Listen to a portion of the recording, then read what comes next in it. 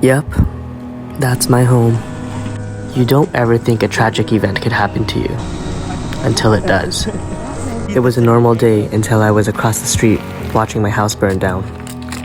Yeah, it really sucks. I'm blessed my family made it out safe and sound, but not my belongings.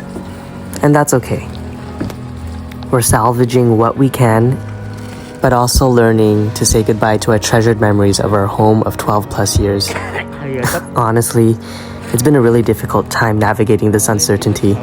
We're not really sure where we'll be in the next couple of weeks, but we've been really appreciating the support of our community.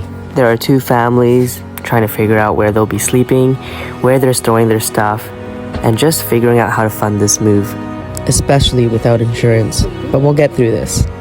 So we're fundraising for the Nguyen family to rebuild their lives. Please share our story and keep us in your prayers.